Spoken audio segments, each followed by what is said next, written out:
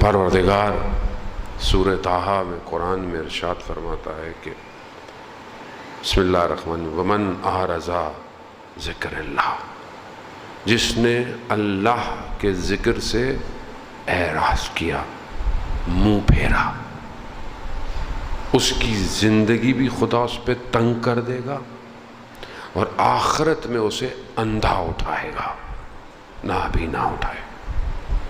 ذکر اللہ کیا ہے؟ اللہ کا ذکر کیا ہے؟ چھٹے امام جعفر صادق علیہ السلام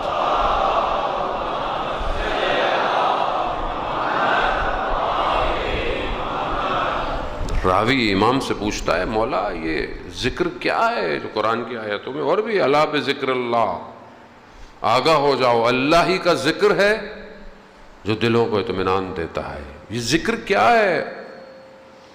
کہا نحنو ذکر اللہ، ہم اللہ کا ذکر ہیں۔ جو اللہ کے ذکر سے منہ پھیرے گا دنیا بھی تنگ اور آخرت میں نابینا اٹھایا جائے گا۔ پروردگار آخرت میں کیا نابینا؟ آخرت میں تو سب نظر آئے گا؟ نہیں، جو اس دنیا میں نابینا ہے، جو اس دنیا میں نہیں دیکھ سکتا، کیا نہیں دیکھ سکتا؟ وہ سب دیکھ رہا ہے۔ نہیں، جو حقیقت سے دور ہو جاتا ہے اسے صرف مادہ نظر آتا ہے، اسے سب مادہ ہے، یہ میں آپ کو دیکھ رہا ہوں در و دیوار، یہ ساری چیزیں نظر آ رہی ہیں، یہ سب کیا ہے؟ یہ مادہ ہے۔ جو ولایت تک پہنچتا ہے اسے باطن کائنات نظر آتی ہے، اسے باطن نظر آتی ہے، حقیقت وہی ہے۔ جو اس دنیا میں باطن نہیں دیکھ پائے، جو اس دنیا کے اندر برزخ نہ دیکھ پائے، ملکوت نہ دیکھ پائے، وہ قیامت میں اندھا ہے، اسے کچھ نظر نہیں ہے۔ جو کچھ دیکھنا ہے یہیں دیکھنا ہے، جس کی یہاں آنکھ کھل گئی وہ وہاں بھی دیکھے گا، جو یہاں نابینا رہا اسے وہاں جلوہ الہی نظر نہیں آئے گا، وہاں بھی اس سے چھپا دیا جائے گا، حساب کتاب ہوگا، سب ہوگا، لیکن دکھایا کچھ نہیں جائے گا۔ تو کیا کریں، کیسے دیکھیں؟ مگر خدا دیکھا جا سکتا ہے؟ نہیں۔ مولا کائنات حضرت علی ابن ابی طالب علیہ السلام صلی اللہ امام ارشاد فرماتے ہیں، میں ایسے خدا کی عبادت نہیں کرتا جسے میں دیکھ نہ سکوں۔ خب مولا، روایت میں اگر تم نہیں دیکھ سکتے، خدا جسم نہیں ہے، خدا بدن نہیں ہے، اس کو کیا دیکھے؟ بہرحال وہ گفتگو، لیکن روایت میں اگر تم نہیں دیکھ سکتے اسے عبادت کرتے وقت تو یہ تو احساس کرو کہ وہ تمہیں دیکھ رہا ہے۔ تو تم نہیں، تمہاری آنکھ نہیں کھلی، تم نماز پڑھ رہے ہو، عبادت کر رہے ہو، کام کر رہے ہو، سارے کام، تم نہیں دیکھ رہے خدا کو، اور تمہاری آنکھ بند ہے، لیکن یہ احساس کرو کہ وہ تو تمہیں دیکھ رہا ہے، وہ دیکھ رہا ہے۔ تو کیا یہ احساس ہے؟ آیت اللہ عظمیٰ بہجت رضوان اللہ تعالیٰ علیہ فرماتے تھے کہ اگر انسان کو خدا کے وجود کا احساس ہو جائے کبھی گناہ نہیں کرے گا، کبھی گناہ نہیں کرے گا، نہیں کرے گا۔ احساس ہو جائے، احساس سر پہ منڈلاتا ہوا بادل نہیں ہے، احساس ادھر ہے، ادھر اندر، جو پورے بدن پہ حاکم ہو جاتا ہے۔ درد کا احساس کیسے ہوگا؟ مطلب آپ کیسے چیک کریں گے درد؟ رنگ اڑ جائے گا، چہرے پہ آ جائے گا، زبان میں آئے گا، آنکھوں میں آنسو آئے گا۔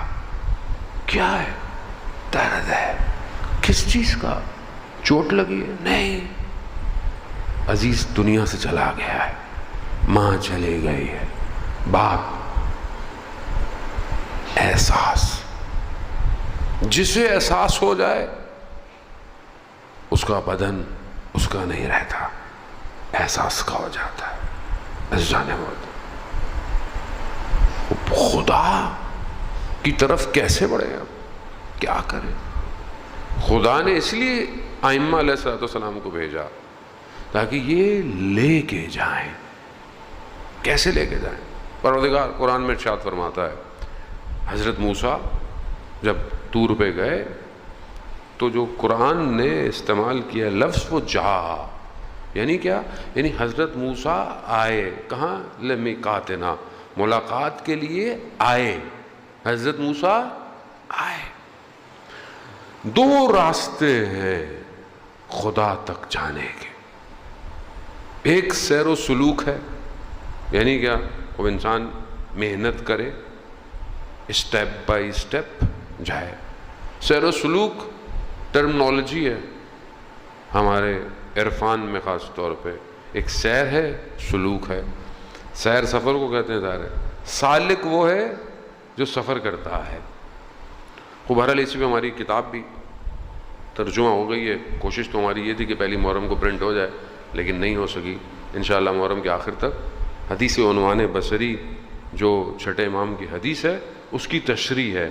350-400 صفحے کی کتاب ہے سیر و سلوک پہ. اس سے پہلے اتنی جامع کتاب اردو زبان میں نہیں ہے. آیت اللہ عظمیٰ تحریری حفظہ اللہ نے اس حدیث کو کھولا ہے 300-400 صفحے پہ.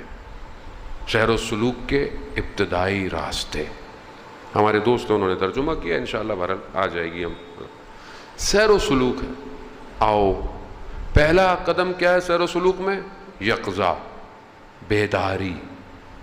یعنی آپ کے اندر یہ بیداری پیدا ہو جائے کہ میں ابھی تک جو کر رہا تھا وہ غلط تھا، مجھے اب اس کا اگلا مرحلہ کیا ہے؟ توبہ. اور آخر تک بولی سینا نے 100-200 بتائے ہیں، ہر الگ الگ لوگوں نے الگ الگ. یہ ہے فلما حضرت موسیٰ آئے ملاقات کے لیے. آپ بھی کوشش کریں، آپ بھی آئیے، منع نہیں ہے. آپ بھی کوشش کریں، آپ بھی ملاقات کریں، ایک ایک سٹیپ اٹھائیں. دوسرا، قرآن کا لہجہ تبدیل ہو رہا ہے اپنے محبوب کے لیے. یہاں آئے ہیں حضرت موسیٰ، یہاں آخری آیا نہیں ہے. اسرا بعبدہ، ہم لے کے گئے. دونوں میں فرق ہے. آنا خود ہوتا ہے، لے کے جانا ان کی مرضی سے ہوتا ہے.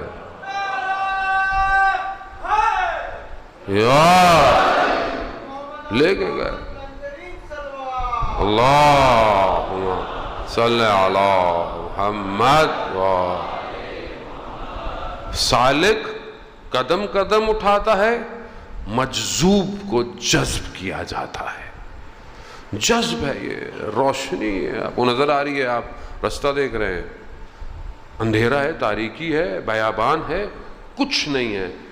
بجلی ایک دم چمکے گی، ایک دم سب روشن ہو جائے گا. یعنی جو دکھانا تھا آپ کو دکھا دیا ایک لمحے میں. یہ جذب کرنا ہے. حافظ نے بڑا خوبصورت انداز سے اسے شعر میں اپنی غزل میں بیان کیا ہے.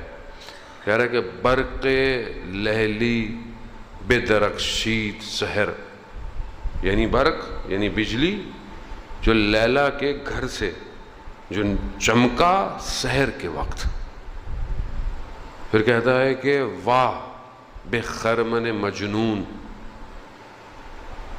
وس افکار را اوس کر.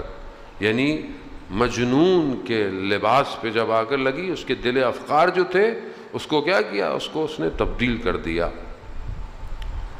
برق عشق آتش غم چے با حافظ کرد و سوخت.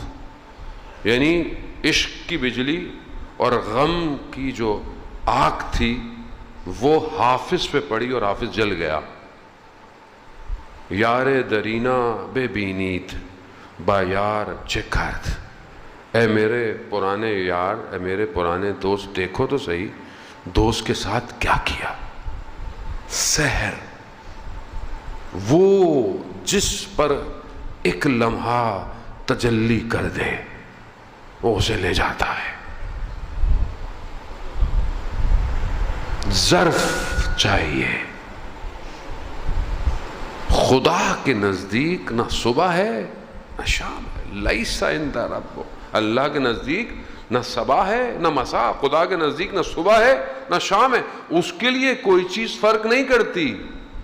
اس کی بجلی گر رہی ہے، بجلی لینے والے پر ہے، اس کے قلب میں ظرف کتنا ہے. اس کا ڈاؤن لوڈ ہو رہا ہے. ابھی آج کی زبان میں سمجھاؤں، تھوڑا حافظ شعر مشکل ہو گیا جوانوں کے لیے، ادبیات اور یہ ذرا مشکل ہی ہوتا ہے. ڈاؤن لوڈ ہو رہا ہے، ہو رہا ہے نا، ہو رہا ہے، ڈاؤن لوڈ تو ہو رہا ہے.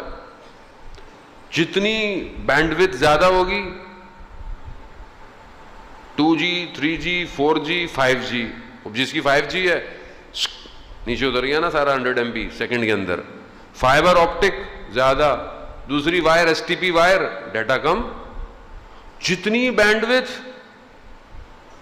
جتنی ہارڈ ڈسک بڑی.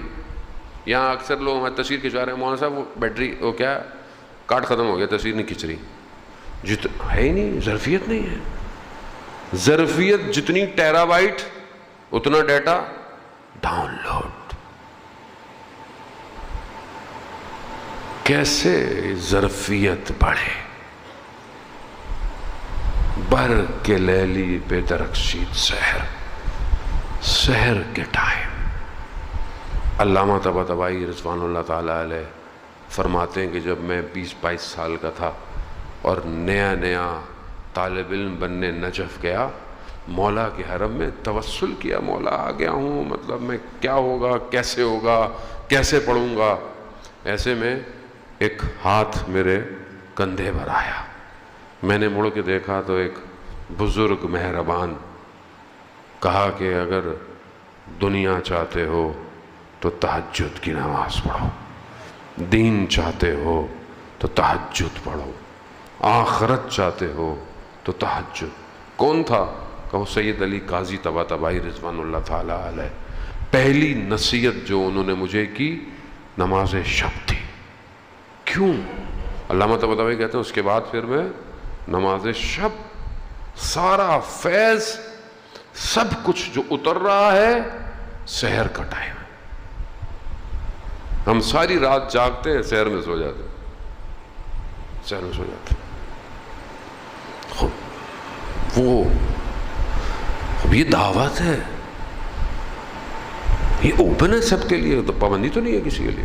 آپ اٹھیں، آپ کو ملے گا. رزق اسی ٹائم ہے، رزق مادی بھی، رزق معنوی بھی.